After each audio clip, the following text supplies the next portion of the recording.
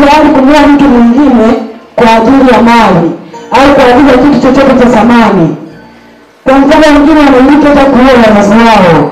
Unapoenda kwa mganga anakuambia mtoe mama yako au mtoe baba yako au mtoe mtoto wako, na watakaji ambao wana akili wanataka yule mwenye akili anakwambia mtoto wako yule mwenye akili, au kama mama yako anaona anamweza ndio anamtoa, au kwenye familia mmezaliwa yuko ambaye anasaidia familia ndio mganga anampaka huyo, na watu wanatumia akili za ziada. Unaona kabisa ni mnasaidia kwa familia na mganga anampaka huyo. Uone kama anataka kuangamiza tu. Lakini mtu anataka tu yule mwenye akili yule anasaidia familia. Yaani kitu cha familia anataka akitoe. Bwana Yesu asifiwe.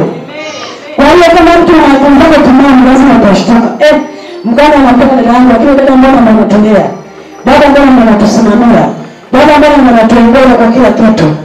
Dada mbona ndio kitu cha familia?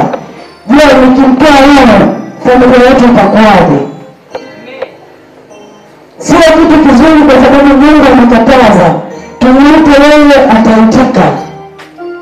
Kwa hiyo hata kama umepotea, hata kama umeteleza, umemkaba mtu, unataka kumwambia mtu, pia Mungu anakupa nafasi nyingine. Kwa sababu pale unataka kumkaba mtu kunakuwa na roho mbili ambazo zinapishana. Roho ya kwanza itakwambia mkabe. Roho ya pili itakwambia usimkabe. Kwa hiyo kama una imani lazima utasikiliza ile roho ya pili. Unataka kuiba, Mungu atakwambia usiibe. Shetani atakukandamiza, atakwambia iba. Kwa hiyo inategemea wewe unataka kusikiliza sauti ipi. Kama Mungu akikuambia usikilize na Mungu, utaachana na kile kuiba utapata kutubu. Lakini kama umeshikilia na shetani, ile ya Mungu hautasikia. Lazima tu utataka kuiba. Sio kitu kizuri. Mungu ametukataza. Tumwite yeye ataitika.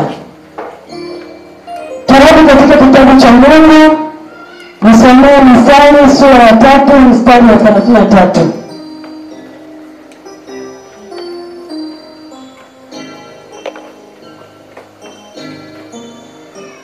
Nisome kama ilivyoandikwa. Amen.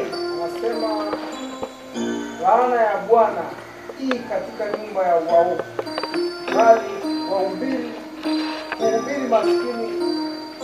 Akarudia tena, laana ya Bwana hii katika nyumba ya waovu, bali kuibariki maskani ya wenye haki. Bwana Yesu asifiwe. Yule Mungu anasema laana ya Bwana hii katika nyumba ya waovu. Yaani wale wezi, wale majambazi wanaokwenda kwa waganga, wanawake wote wamekuwa wamelaaniwa na nani? Na Mungu.